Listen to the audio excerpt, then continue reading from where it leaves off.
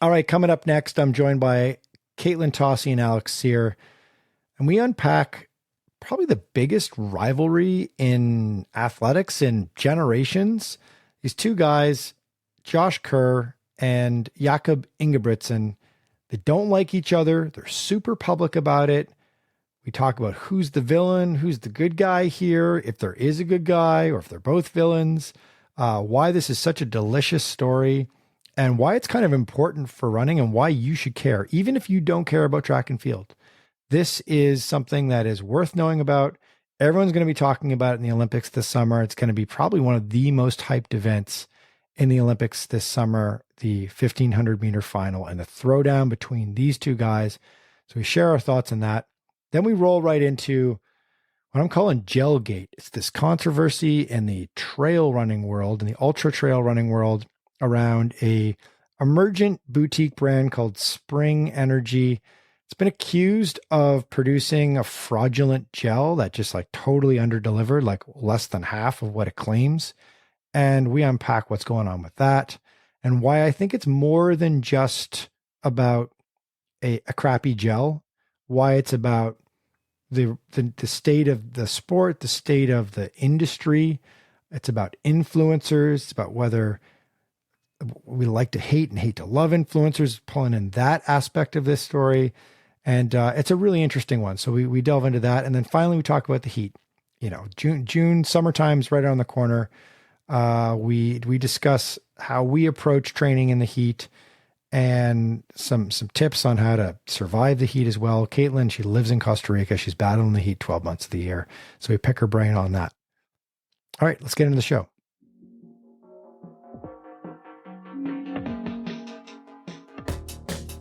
All right, I'm here with Alex and Katelyn. Alex, first let's turn to you. There's something highly unusual that's going on in the track world in the last couple of years, and it's hit a fever pitch right now. And that is two world-beating athletes at the peak of their powers going into an Olympic Games, and they absolutely fucking hate each other. Yeah, I'm going to start swearing here. And it's amazing. And it's not something that we've seen. I mean, it's not something I've seen. It's in all the years that I've covered track and field, two athletes that have been this vocal about their disdain for each other. Alex, explain to us Josh Kerr and Jakob Ingebrigtsen, who they are and why they're at odds with each other. So you know what's crazy is I think the biggest consistent headline in the last couple months has been that beef between Jakob Ingebrigtsen, the Norwegian runner, and Josh Kerr, the Scottish runner. And these are things that we see in all the other sports very normally. Basketball, football, even see this in rap. I don't think it's that big of a deal, but in running, it's the biggest headline because we're so not used to it. So for someone who hasn't been following this beef, let me break it down a little bit. Okay. I think any good beef has the protagonist and the antagonist. And in this case, I'm not sure who is who, but you do have a poster boy and an underdog, I think. And even that is becoming hard to figure out. So it all started with the poster boy being Jakob Ingebrigtsen. So Norwegian runner, 1500 meter, 5K specialist, won the Olympics in Tokyo at the age of 20 and seemed unbeatable for a few years. Underdog, Josh Kerr, who was around that time, I'd call him like around that time, just a bit before, a good collegiate runner who just became better and better and better. And now both of them are among the best milers in the world. They're getting close to the world records. And in any given race, they're likely to be 1-2 or 1-2-3. So let's start with Ingebrigtsen. Okay, he's from the Ingebrigtsen family, three brothers, coached by their father, Geert. There is a lot of there are videos and articles about this, about how these athletes were coached from the very beginning since they were kids. And it's actually wild. I would actually really recommend the YouTube channel. You'll see a lot of things. Your mind will be blown quite a few different ways. He's been the favorite for a while. I think the beef began when Jakob Ingebrigtsen lost a race to Josh Kerr, which was uncharacteristic of him. Ingebrigtsen said he was sick. This was back a few years ago. And Josh Kerr, Ingebrigtsen says that had he not been sick, he would have beaten him. Josh Kerr is just the next guy. You can be disrespectful to me, that's fine. I still have the World Championship gold medal, and I'm going to be a world champion for the next 2 years, regardless of his comments. Obviously, don't love disrespectful comments, and, I've worked hard to get into this position, and I beat him on the day. But, if that's the kind of route he wants to go down, that's fine with me. So Kerr went on to throw shots at Jakob for dodging certain races, having a high ego, saying things like, this is the famous quote that made its way in Let's Run thread. It's, you must be surrounded by so many yes men that you don't realize that you have weaknesses. And then around that time, Kerr begins to close in on Jakob's times. Kerr sets the British 2-mile record, 8 flat, to which Ingebrigtsen says, if I was in that race, I probably would have beaten him blindfolded. Around the next Olympics, Ingebrigtsen says, if I don't get injured and if I don't get sick, I think it's going to be a walk in the park. This is about Paris. The latest chapter, let's say, was at the Prefontaine Classic a couple weeks ago, where both were racing the mile, and Kerr actually beat him. So before the race, Kerr goes, I'm not here to settle tension. I'm here to run a fantastic mile that will go down for centuries. His time is 3:45, beat Ingebrigtsen, and now both of them are getting close to the Olympics. So this is probably the biggest beef in terms of animosity that we've seen in running. Like, you look at, say, the last 10, 20, 30 years, we've seen rivalries, but no beef. If you follow competitive running, you can think of Haile Gebrselassie versus Paul Turgat, Kenenisa Bekele and Eliud Kipchoge, maybe more recently, as they both have reverence for each other, but there's no real animosity there. On the women's side, Sifan Hassan versus basically everyone from Faith Kipyegon to Ledescent Gide. But again, there's no trash talking. So this is new for running, I guess. And fans are latching onto it like anything because I think they're craving it, right? Every sport has its code. When it comes to golf, we're very respectful. We don't have many beefs in golf. When it comes to soccer, everyone is beefing, players, fans. Running has been way closer to golf.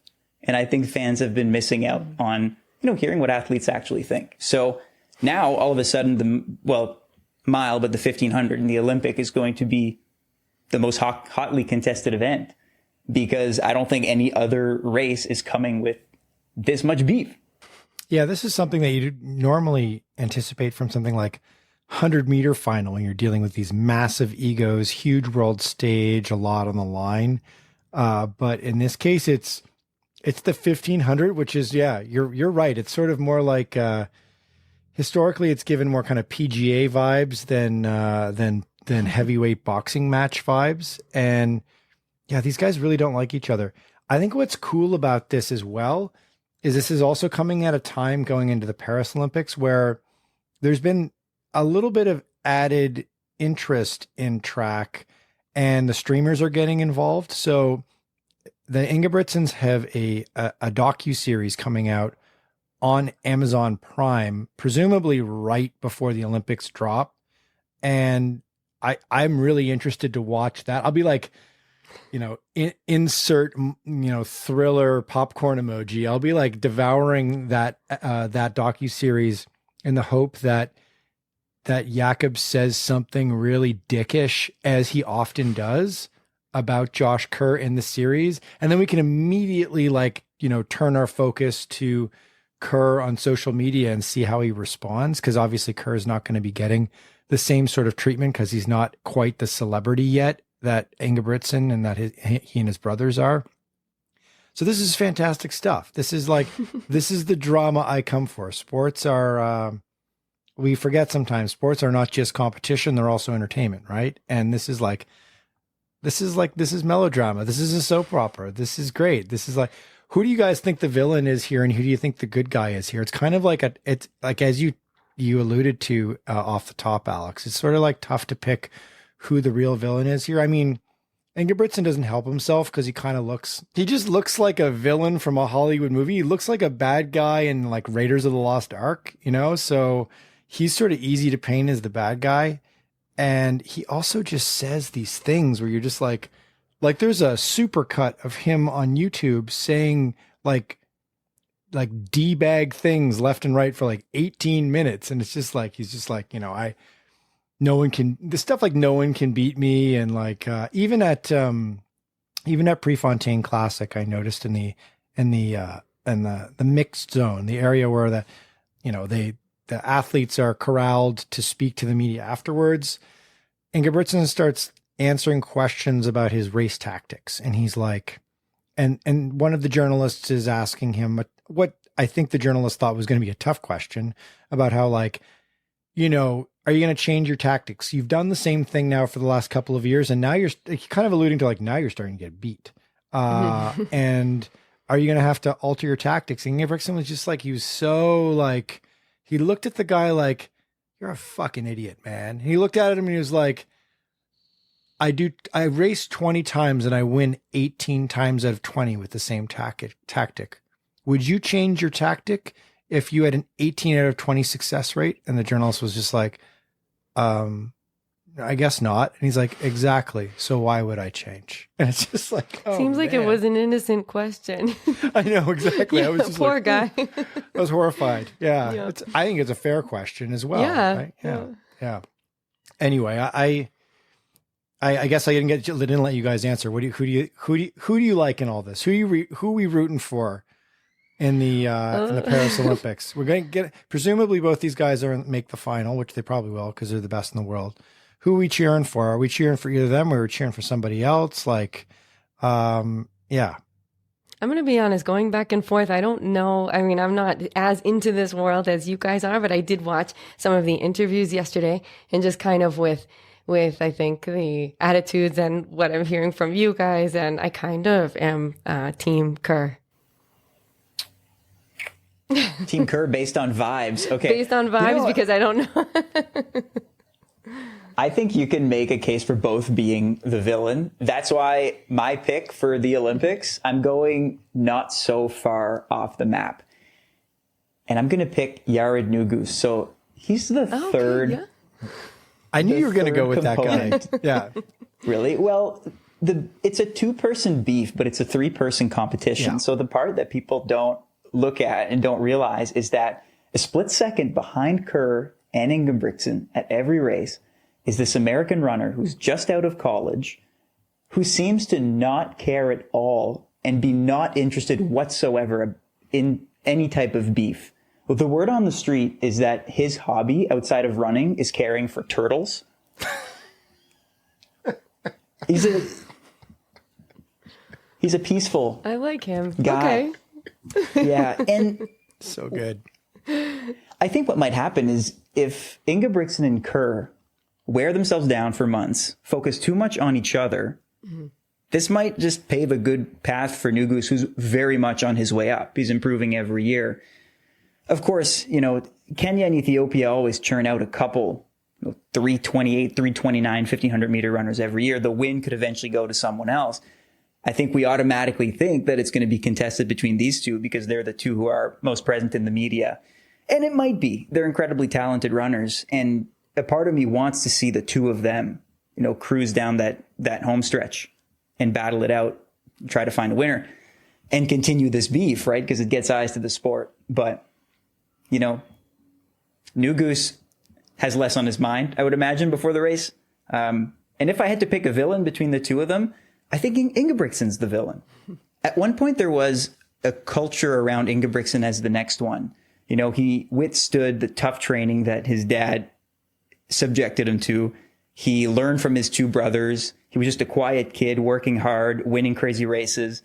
And now I think that's faded because of these comments and because he's shown a cocky side. Mm-hmm. And also, Kerr is an underdog. When you look at, the last few years, Kerr had to build himself up to come to Ingebrigtsen's level and not vice versa. So I think Ingebrigtsen is going to enter these Olympics coming from a far different, or looking through them with a different lens than last time. Because last time I think he couldn't lose and he was a favorite because he was so young.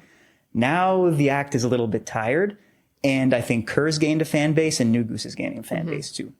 All right, we'll put a pin on that. I'm sure we're going to revisit this this beef, this rivalry at some point in July, like right before the 1,500-meter events go off. I'm super excited for it. I'm excited for it. We're so excited about it. We're talking about it in the end of May. All right, we're going to take a break, and then we're going to come back, and I'm going to do my very best to unpack something that I'm going to term Gelgate. We'll be right back.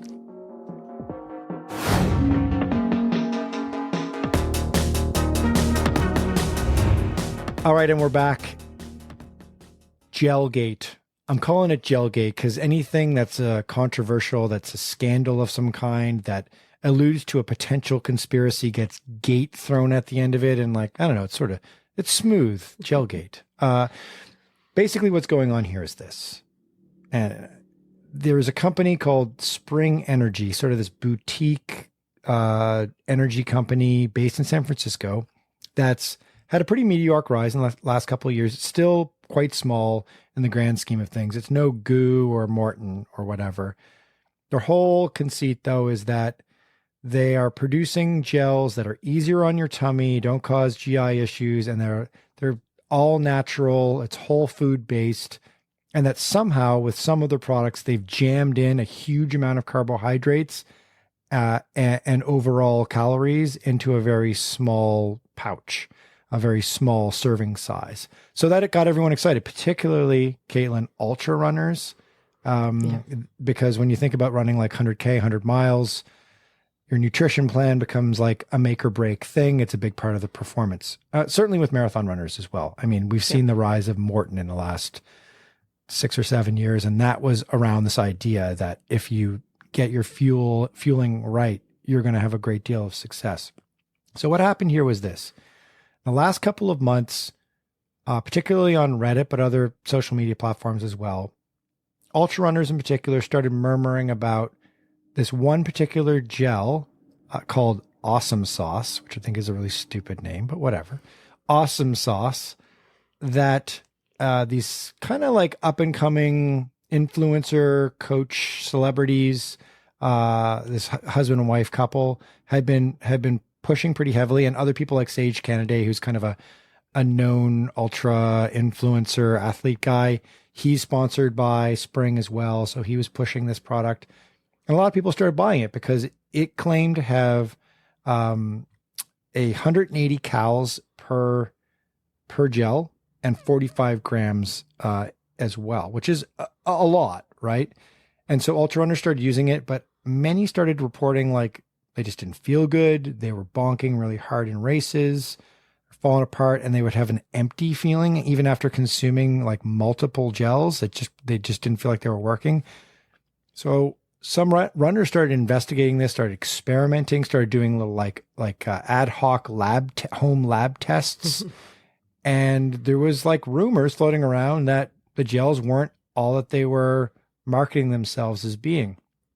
So in comes this notable coach and podcaster. He's pretty prominent on Instagram in particular, named Jason Koop, this American guy, who's like a very like science-based, no bullshit guy, right?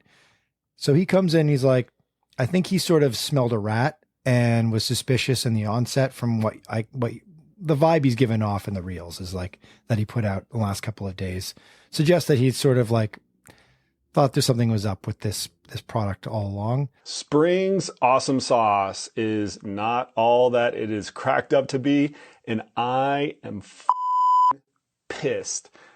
So he sent off a whole bunch of the gels to an independent third-party lab in Washington to have them analyzed for their nutritional content, just as you would if you own the company, right? Like you're just like, I need to know on the whole sort of what the numbers are for my product.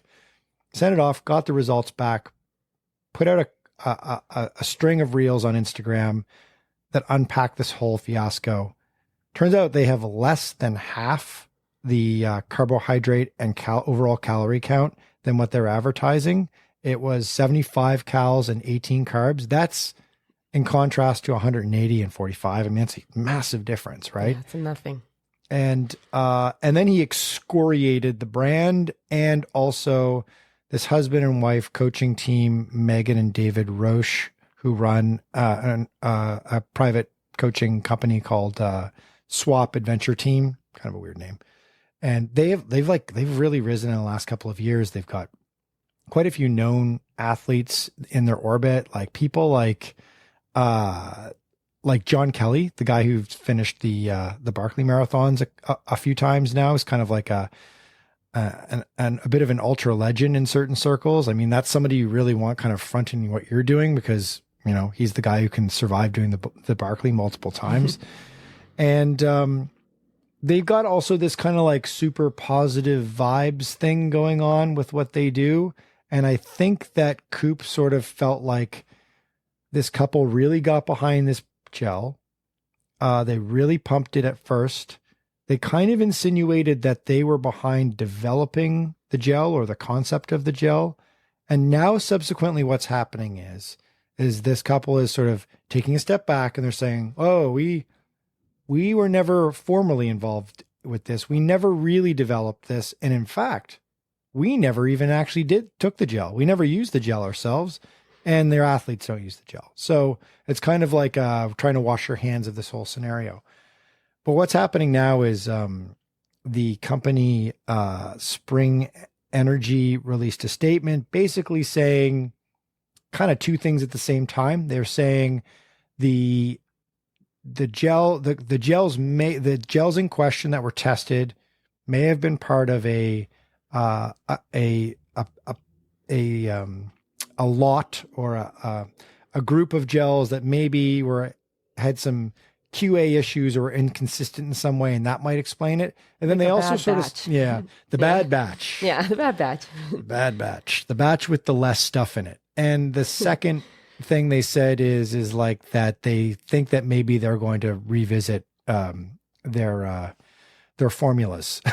So it's kind of like this was just a one-off bad batch / maybe we should look at how we're making things. So I think, guys, this is a bigger story than beyond just like some gels that were not what they claimed they were. I think that this is a bigger issue in the sport when you think about a product making a claim and then not delivering on that claim. I mean, that's fraudulent. That's libel. That's very dangerous to do. Like, think about when you're wearing a pair of like running shoes, a pair of super shoes is an example. You know, if a company comes out with a pair of $400 super shoes that they claim are going to give you like a 4% benefit, and everyone's running in them, and everyone's saying like, I'm not running a PR. I felt like crap in the second half of the race. I don't know what's going on with this shoe. I mean, and then if you discover like, well, actually it's bad science and the claims are completely bunk. I mean, that would be a really big issue, right? So there's that. And then there's also something else going on. I wanted to pick your brains about this. There's obviously something going on between Coop and his sort of like his vibe, his sort of public facing running personality, and the Roches, Sage Canaday, people like that. There seems to be like is there a running influencer civil war brewing here? Maybe, I don't know. You know what I mean? Like I think there's like a lot of influencers, and we were talking about this in the previous segment, Alex, about in running how there's this real reluctance to have an opinion and to sort of avoid controversy and to skirt any sort of conflict or negative vibes, and to keep things like kind of positive to a degree that's like fake positive at times. And I get this vibe from kind of the one camp here with the Spring Energy folks, with the Roches as coaches and as people. And then I get the sense that this guy Coop is sort of like calling bullshit on all of this and just being a little bit like, you know, if you're going to pump up a product, you got to own the product, and also don't hide behind everything being like just good times all the time. I've been noticing a movement, not just recently, but in, say, the last 5-10 years, inside of running, that depicts running as an inclusive thing, a fun thing, something that you do essentially to build community.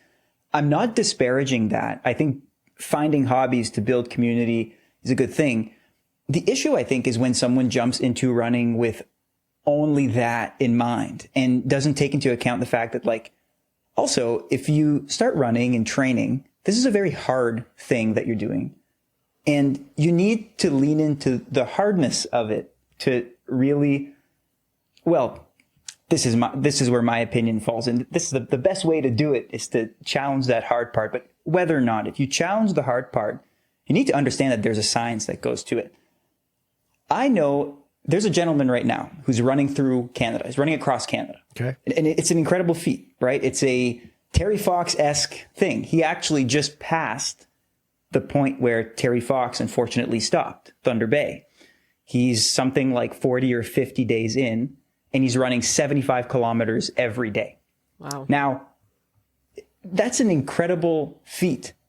But also, I would like him to publicize more what he does on the daily to make sure that he can keep doing that.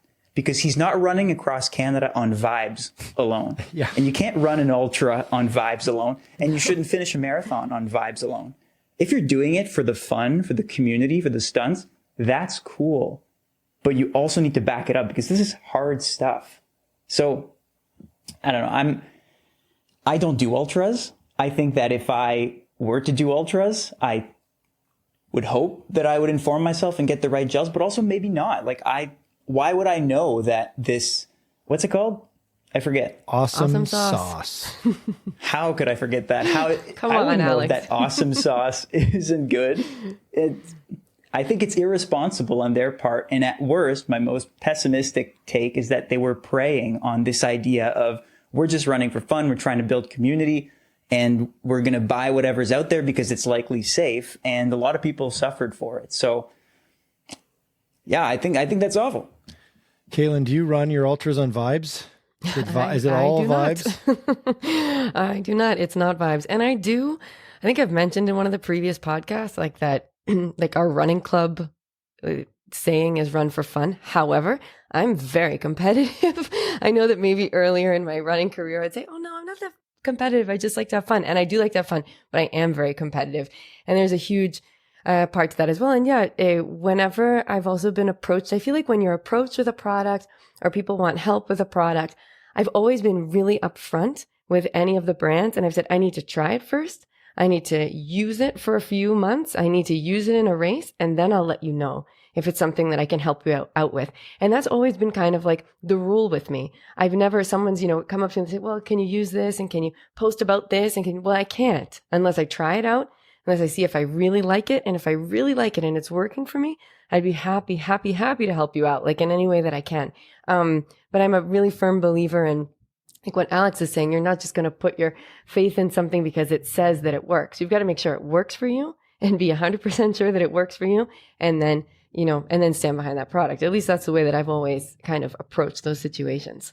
And what do you guys think about like an influencer's responsibility to their followers, to their community, to the running community at large? Like if you're an influencer / athlete and you're approached by the good people at Spring Energy to front their product and they send you a bunch of free product, of course, and maybe they pay you some money and there's a contract where you have to go and promote the brand and talk about it and do a YouTube video and whatever. But what if that product is subpar? Or what if you don't really use the product that much because you kind of know it's not really that great, but you still front it because you're getting paid some money or because you want to be a quote unquote sponsored athlete, which I think is going on here a lot in certain quarters of running. It's definitely in the ultra trail world, like where there's like this desire to be sponsored in some way, even if sponsored means you're not actually getting paid any cash. What's the responsibility of an influencer in that regard, especially when you come into the situation where it's like scientifically verified that at least some of this product is just fake or phony or subpar? Like, is it on Sage Canada because he was going around saying everyone should be taking awesome sauce? It's awesome. And then it's like, well, it's actually not that awesome, Sage. And is he allowed to retract and say like, hey, just an athlete. I don't have any responsibility to what's actually in this stuff. Don't shoot the messenger. I think he can claim to not know. I mean, why would he know? They don't take athletes through the lab and show them how it's made necessarily. I think, but they do. Did they? They did.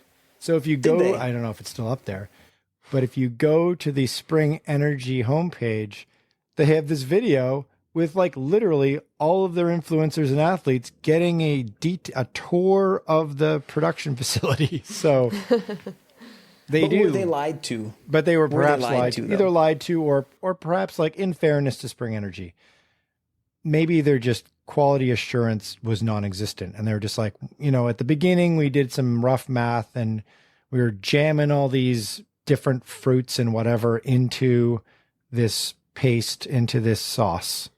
And the basic math suggested it was this many calories. And we never tested it after that, or we don't do spot testing, so. But yeah, I don't know. It's a good question. I have a hard time. Yeah, I have a hard time thinking that there was a moment when Spring Energy came to Sage Canada and said, "Hey, listen, by the way, this thing is bullshit." Like, I don't think that would happen, because why would he? Why would he use it then? Yeah, that totally didn't happen. I don't think. To your question, I think there's only one way to do it. I think now that we're 10 years into this influencer movement, we've had influencers for 10 years now.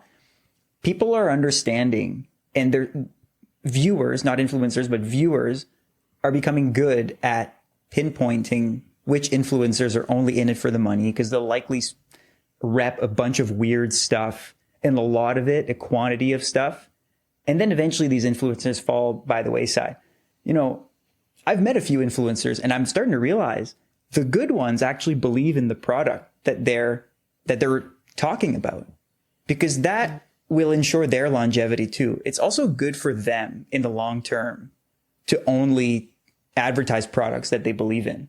So if they're worth their salt and they know what they're doing, they're not going to peddle crap. But some influencers do, because they haven't figured that out yet. So if you see an influencer that like kind of looks like a NASCAR, it's just, the person's got like their Instagram profile is like 30 different shitty products.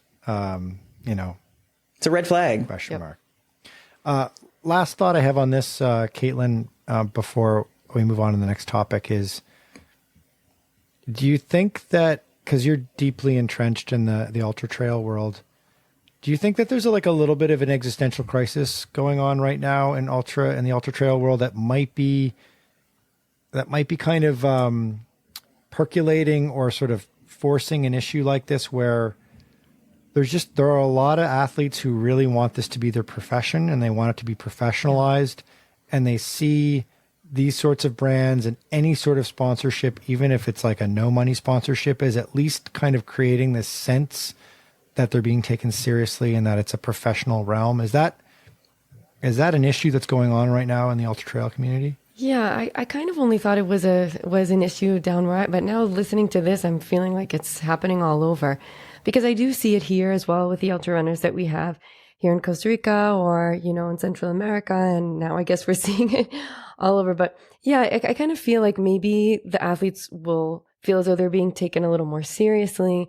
And to be honest, at least here, you can't be an ultra trail athlete and that be your job 100%. I mean, I don't know anyone where I am who's getting paid to be an ultra athlete. And I think that maybe that's the goal. I mean, it would be awesome if there were also ultra trail athletes who were paid athletes like other athletes around the world in different disciplines. But I feel like we're not quite there yet. So perhaps people are taking on those sponsorships because it makes them seem more professional. And of course, I mean, every little bit helps. If you have someone that is taking care of your running shoes and your clothes and your nutrition and your hydration and your gym membership and your coach, and that's a lot of money that you'll save per month if you don't have to pay that.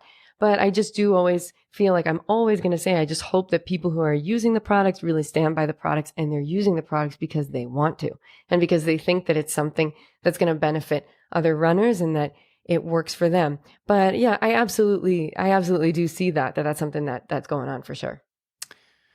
All right, we'll leave it at that for now. I feel like that this is also a subject that is not yet seen its full resolution. And I believe our colleague Jesse our news editor, is going to be speaking with Jason Koop on Friday. So tomorrow, we're recording this on Thursday afternoon. She's going to be speaking with Jason Koop, and we'll make sure that we either slot that into a upcoming episode of the podcast or just get it out there on the site right away. We'll probably do both. So, all right. And this is like a little tease for a future pod idea, guys, but I kind of want to get into talking about why we hate to love and love to hate influencers, but we'll leave that for another day. It's a whole subject. That's like 15 minutes right there. So we'll pause it for now and we'll revisit that at a later time. Okay. We'll take one more break. And then after that, we'll pick Katelyn's brain about all things heat. Be right back.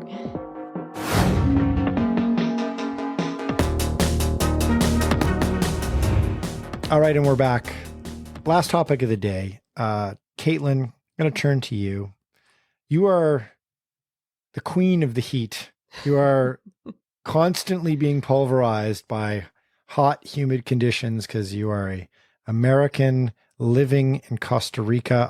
I've done some running in Costa Rica. It's impossible at the best of times. So I feel like you're the perfect person to chat about with this. We're just going to throw a bunch of heat related questions at you. The timing is right. We're heading into June. It's about to get quite warm in many parts of the world. First things first, heat and humidity, like how does it affect your running? Does it actually like it affects it like the experience of running, but does it actually affect like performance and day-to-day running and how you should be running easy and that sort of thing? Yeah, well, as Michael said, summer's coming for some people in the world, but for people like me who have got to run in the heat and humidity all the time. So I felt like this was absolutely the most perfect topic for me. Yes, heat and humidity. Heat's tough on its own, but with humidity, it just makes it a whole lot worse. It makes it the real feel, as they say, right, on the weather forecast. The real feel is always worse. And with the heat and humidity, you're going to not only feel a dip in your performance, you'll feel an elevated heart rate. Your rate of perceived exertion will be way up there. And it's going to make a pretty big difference. Like I have noticed that when running in the heat, my heart rate can fluctuate 12, 15 beats a minute, depending on, the heat and the humidity, checking the heat index and all that. So, and there's some science behind it saying everyone's heart rate's going to be different and you're going to get affected in different ways. But I can say that I have really noticed mine, like, no, here with this pace, I should be in, I don't know, the 150 range. And I feel like I'm at 162. Like what's going on with me? Like I'm really getting out of the zone, to think of it like that. So yeah, of course it's going to affect your performance and it can get frustrating at times. And for me, I feel like it's been frustrating because when I'm trying to train something pace related and road related and not something in the mountains, I feel like it really is tricky for me to hit those paces that I have tried to figure out by running a test or running a race. And then I've calculated all these paces that I should be hitting for each of the zones. And depending on the heat and humidity, it's just, you should be ready to take a hit and not feel beaten over it or frustrated because it's not your fault. It's the heat and humidity that's absolutely going to affect your performance. Is there something that I've always been curious about is, especially when we get to like August, sort of dog days of summer in North America, it's like, is there such thing as too hot? Can you give me an excuse for not going out to run when it's the hottest day of the summer? But Michael, I can give you alternatives if you can't go out to run. No, Coach Katelyn gets me again. Yeah. Exactly. Too hot. I mean, of course, this is going to, have to do with your perception and everything. But if the RRCA and there are a bunch of running organizations that have done the studies, they've put in the time, and they say that like 98.6 degrees Fahrenheit to be exact, which is about 37 degrees Celsius. It's too hot, and that is hot, and accompanied with about 70 to 80% humidity. Like that's when you're saying, okay, you've got this heat, because you have the people who say, but it's a dry heat, and they're right. The dry heat does make a difference, and That is true, because when you add in the humidity factor, you have to think about your sweat rate. Like, you're not able, like, if the air is full of moisture, I'm not a scientist, but I've read a lot about it. And if the air is full of moisture, you can't efficiently sweat the way you want to, because your sweat is just stuck to you and you're completely soaked, and your clothes, even if they're moisture wicking, amazing, top of the line running clothes, they're not going to dry, because the humidity is there. And so you're not going to kind of get that moisture off of your skin. And so it makes it tougher for you to sweat and for your core body temperature to lower, as I understand it. So that's why I think the humidity adds even more of a challenge to running. So I would say 70-80% humidity with that 98.6 degrees Fahrenheit. Michael, you have an excuse to say, I'm staying in.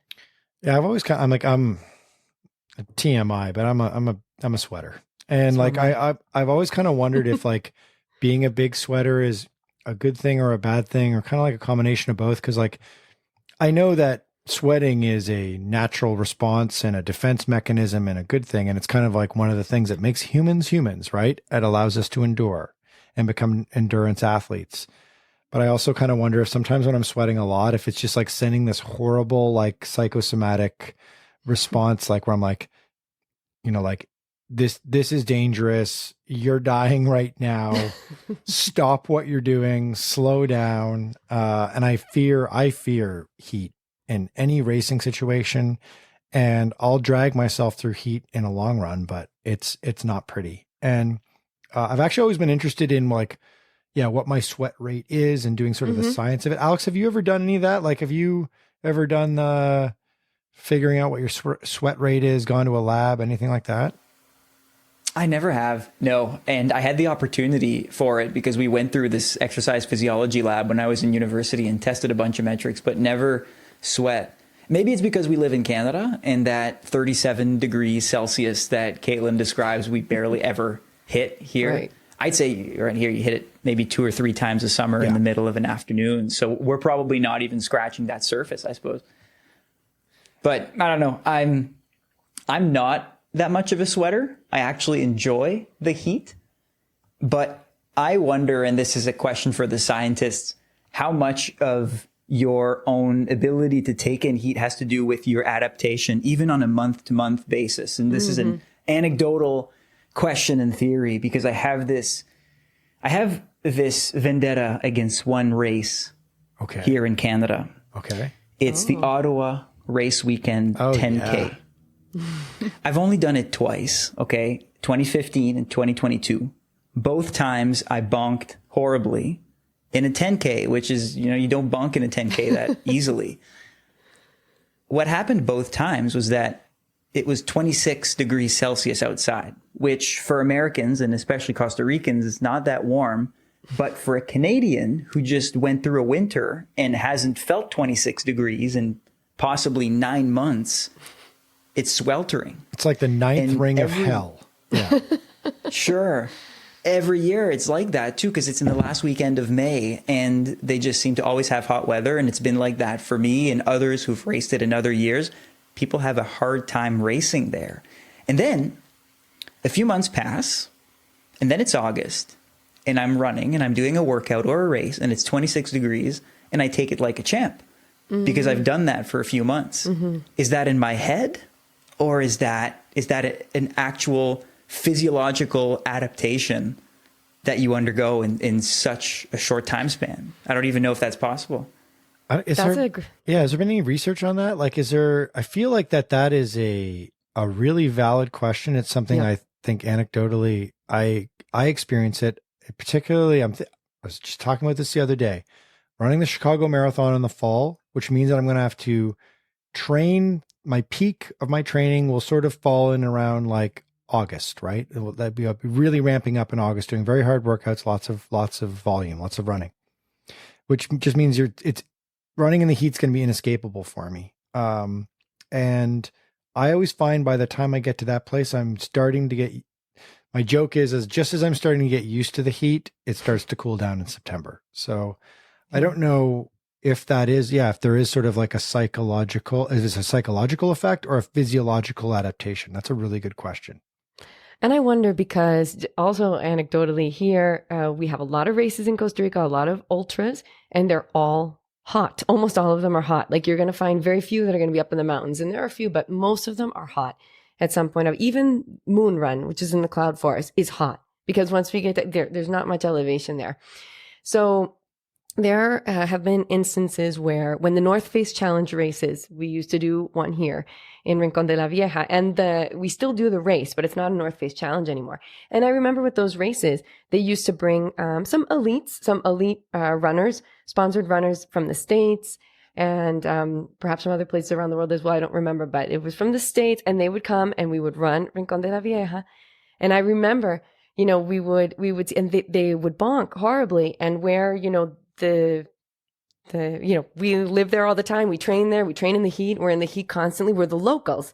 And the locals were doing a great job in these races. And, people who obviously had probably a much higher fitness level than we did had a lot of trouble with the races. And I'm absolutely sure it was because of the heat and humidity and not being accustomed to running in that heat and humidity, because it definitely wasn't the fitness levels. They were obviously much better professional runners than we were there, but we just had an easier time with the heat. So I do think there's got to be something there. There's got to be something where you get used to it if you're constantly training in it, and if not. So to give you the opportunity to speak to those poor North Face Endurance Challenge athletes, those North Face sponsored athletes that they flew in all those years ago, to turn to them and say, here are my tips for how you can beat the heat. What would you like? Well, yeah, like what are some like tried and true methods for either managing the heat, training in the heat, and just having success, because it's unavoidable. We all have to run in the heat at some point. I mean, I think most importantly, we need to try to stay hydrated. I mean, that's number one. So your day-to-day hydration throughout the day, not even thinking about training. When you're just in the heat in general, you need to keep your hydration up. So when you do train, you're not in a dehydrated state, that you're already, starting out hydrated. What I do when I train for my runs here is, well, since I'm a trail runner, we're used to using hydration packs. So I just make sure that I'm, loaded up with that. I know a lot of road runners probably don't enjoy using hydration packs, but, handheld bottles or waist packs or anything that you can have your hydration in, water, sports drinks with electrolytes. That's what I would say. I'm also like Michael, and I'm a very heavy sweater when I'm running. And so I need to get my electrolytes in there as well. So I always have something that also has electrolytes in it. When you're planning your longer runs or even short but intense runs, I would try to do like a loop where you can always go back and refill.